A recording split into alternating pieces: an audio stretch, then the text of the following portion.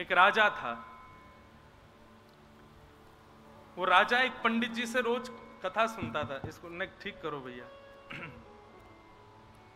एक राजा था, वो पंडित जी से रोज कथा सुनता था।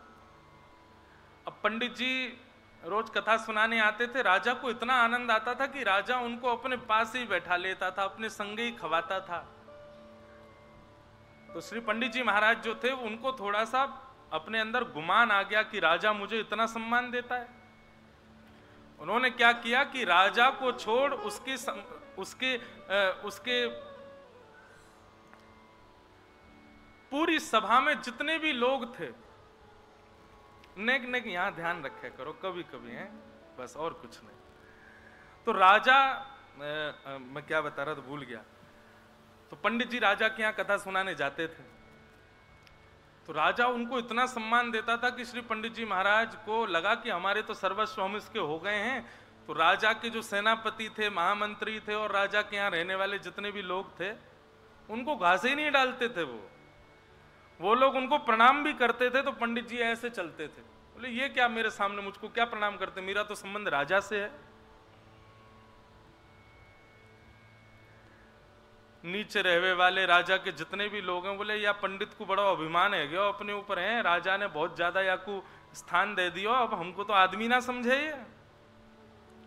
तो एक दिन क्या किया, सारे सैनिकों ने मिलकर के ऐसी मंत्रणा, ऐसी योजना बनाई, पंडित जी को भीतर आने ही नहीं दिया, बाहर ही रोक दिया।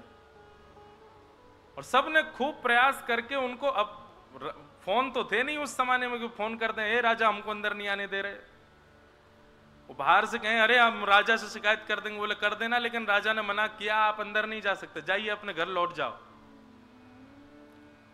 अंदर राजा पूछ रहा है कि भाई पंडित जी का समय हो गया, वो आए क्यों नहीं? बोले महाराज जी वो आप बताना भूल गए आपको, वो कहीं कथा करने चले गए 7 दिन के लिए, अब नहीं आ पाएंगे। अब भाई नीचे के लोगों पे ये बीच की सारे ताम, ये बीच का जितना भी कनेक्शन है ये नीचे के लोग ही तो संभालते हैं। राजा को कह दिया कि पंडित जी कहीं चले गए, और पंडित जी से कह दिया राजा ने मना किया, तुम भीतर नहीं जा सकते। दोनों का मिलन रुक गया। 7 दिन तक खूब प्रयास किए, पंडित जी नहीं आए। 7 दिन बाद पंडित जी फिर से आने लगे। सैनिकों ने फिर उनको रोक दिया, नहीं जाने दें भीतर। राजा ने कहा भाई 7 दिन हो गए पंडित जी अभी तक आए नहीं। तो एक सैनिक रोता रोता गया, बोले महाराज जी वो कहां कथा करने गए थे, बहुत सर्दी थी, सर्दी में सुबह संध्या में ही नदी में स्नान करने गए, ठंड लगी वहीं पधार गए। वो तो पंडित जी तो खत्म हो गए वहीं पे ही, अब नहीं आएंगे वो। राजा बेचारा बड़ा भाव विह्वल हो गया, अरे राम राम राम, इतने बढ़िया पंडित जी बेचारे ऐसी बढ़िया कथा सुनाते थे, हमारे राजभवन में आकर के अपने वाणी से इतना आनंद कराते थे, बेचारे पधार गए। हाँ महाराज जी वो तो पधार गए। राजा ने अंदर ही पंडित जी के बढ़िया सुंदर याद में दीप प्रज्वलित करके उनका मौन करके और उनकी श्रद्धांजलि वगैरह कर दी भीतर ही।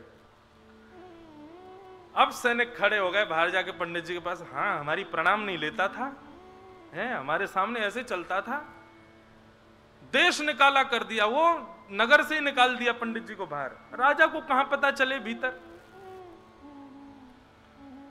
पंडित जी बेचारे बहुत रोए, मेरे साथ बहुत बड़ा दुर्व्यवहार हुआ, जिस दिन मुझे राजा मिल गया इन सबके एक एक करके शिकायत करूंगा। अब राजा का नियम था हर महीने में एक दिन वो सवारी निकलती थी उसकी। पंडित जी ने सोच लिया सवारी निकलेगी उसी में ही मुझे जाना है। सैनिकों को भी पता था कि कल सवारी निकलने वाली है और कल ये पंडित आएगा ही आएगा, और कहीं ये राजा के सामने आ गया, उसने हमारी शिकायत कर दी तो राजा तो सूली पर चढ़ाएगा सीधे। तो सैनिकों के एक बल ने पंडित जी को रात रात में उठा लिया, उठा करके कोसों दूर ले जा करके जंगल में छोड़ दिया। बोले अब ये सुबह तक आ ही नहीं पाएंगे और राजा को पता ही नहीं चलेगा। हर प्रकार का प्रयास कर दिया राजा और पंडित जी को दूर करने के लिए, लेकिन पंडित जी जैसे तैसे दौड़ भाग करके नगर में गुपचुप करके पहुंच गए। अपना रूप बदल लिया, थोड़ा हुलिया बदल लिया, थोड़े फटे पुराने वस्त्र से कर लिए कि मुझे कोई पहचाने ना, और राजा का एक मार्ग निश्चित था, वो वहीं से ही उसका रथ जाता था। उसी मार्ग में एक वृक्ष के ऊपर जाके पंडित जी बैठ गए। बोले जैसे ही रथ निकलेगा ऊपर से ही कूद जाऊंगा नीचे, सैनिकों को दिखूंगा नहीं। राजा की सवारी निकली, निकलते निकलते जैसे ही पहुंचे, पंडित जी तुरंत पेड़ पर से चिल्लाने लगे, अरे राजन देखो मेरी ओर देखो, अरे देखो ये तुम्हारे ये लोग हैं, इनके ये नाम है, इन लोगों ने मुझको तुमसे मिलने नहीं दिया, मुझे बाहर ही रोक दिया, मैं तुमसे मिल नहीं पाया। राजन देखो मैं यहां बैठा हूं। राजा ने ऊपर देखा, हे महामंत्री तुम तो कह रहे थे पंडित जी पधार गए, ये तो ऊपर बैठे। बोले पंडित जी पधार गए, उनका प्रेत बैठा ऊपर, ये प्रेत है उनका। राजा बोला प्रेत है? बोले हाँ महाराज जी, इस मार्ग से निकलने वाले सबको ऐसे ही परेशान करता है ये प्रेत। राजा बोला जल्दी मेरा रथ भगाओ, कहीं इसकी छाया हमारे ऊपर नहीं पड़ जाए। पंडित जी चिल्लाते रह गए और राजा वहां से रथ लेके चले गए। हमारे ब्रज के रसिक संत इस उदाहरण को देते हुए कहते हैं, राजा हैं हमारे वृंदावन बिहारी लाल, और पंडित जी हैं हम आप सब लोग, और ये जितने भी सेनापति सैनिक और ये राजा के आसपास रहने ये सब हैं ब्रजवासी। कहीं इन लोगन ते तुमने अपनो तारतम्य बिगाड़ लियो तो बिहारी जी की वीवीआईपी एंट्री करवे वाले भी सबसे दूर रह जाएंगे बिहारी जी से। तो यदि बिहारी जी के सामीप्य में रहना है तो भैया ब्रजवासी को मनाते चलो, ब्रजवासी को प्रणाम करते चलो, उनसे क्षमा मांगते चलो, वो चाहे जैसे हों, आप दोष मत देखो। वृंदावन में केवल एक इतना सा, बस इस अपराध से आपको बचना है।